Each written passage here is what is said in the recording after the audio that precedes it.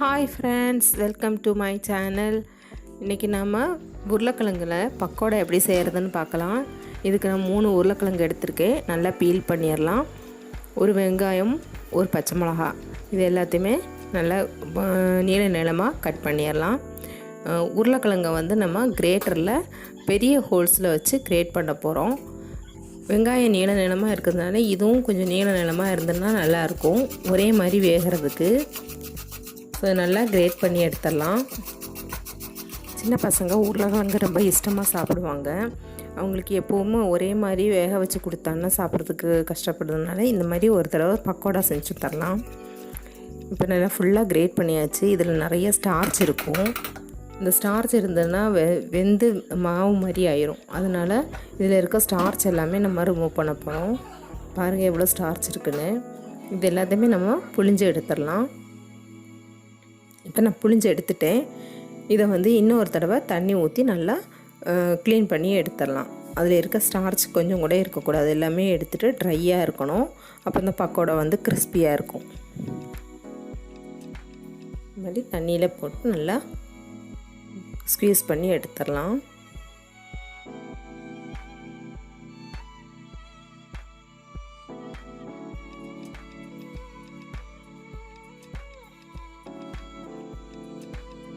இது ஃபுல்லாக ட்ரையாக இருக்குது இந்த உருளைக்கிழங்கு. இதில் வந்து நான் நறுக்கி வச்சுருக்க வெங்காயமும் பச்சை மிளகாவும் சேர்த்துட்றேன்.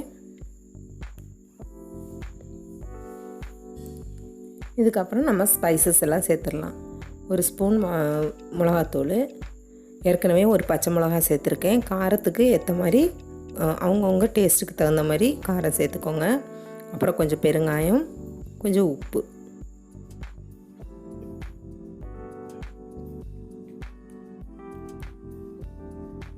மூணு உருளைக்கிழங்குக்கு 4 ஸ்பூனு கடலை மாவு சேர்த்துக்கலாம்.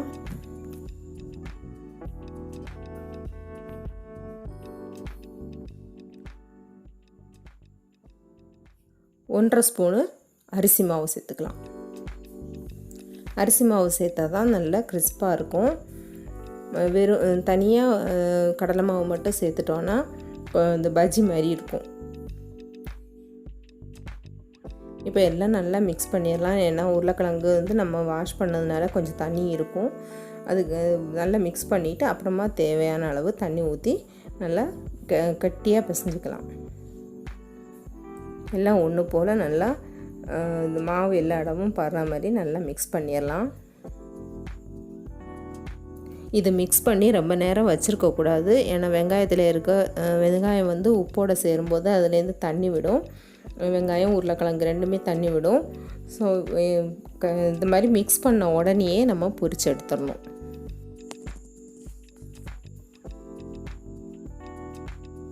நான் வந்து ரைஸ் பிரான் ஆயில் தான் எடுத்திருக்கேன். அதுதான் இந்த கலராக இருக்குது. எண்ணெய் நல்லா சூடாயிட்டு இப்போ இதில் நம்ம சும்மா நுள்ளி போட்டால் போதும். அதை வந்து ஷேப்பெல்லாம் வர வேண்டாம். ஷேப் பண்ணி போட்டோன்னா உள்ளே வேகிறது வந்து கொஞ்சம் வேகாமல் இருக்கிற மாதிரி இருக்கும். அதனால் அன்னிவனாக இருந்தால் பரவாயில்ல, அப்படியே போட்டுடலாம். நம்ம பக்கோடா ஷேப்பு எப்படி இருக்கும், ஷேப்லெஸ்ஸாக தான் இருக்கும். அது மாதிரி ஷேப்லெஸ்ஸாகவே போட்டுடலாம். மீடியம் ஃப்ளேமில் வச்சு நம்ம குக் பண்ணால் தான் நல்லா ஃப்ரை ஆகும். ஹை ஃப்ளேமில் வச்சா வெளியில் வந்து கிறிஸ்பாக இருக்கும், சீக்கிரமாக ப்ரௌன் ஆயிரும், உள்ளே வேகாது. ஸோ மீடியம் ஃப்ளேமில் வச்சு நல்லா பொரிச்சு எடுத்துடலாம்.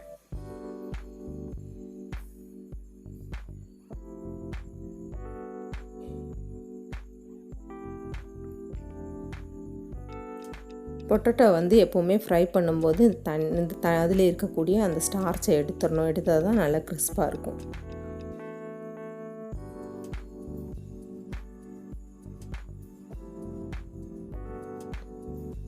நல்லா ஒரு பக்கம் வெந்துருச்சு, கோல்டன் ப்ரௌன் ஆகிடுச்சு. திருப்பி போட்டுடலாம்.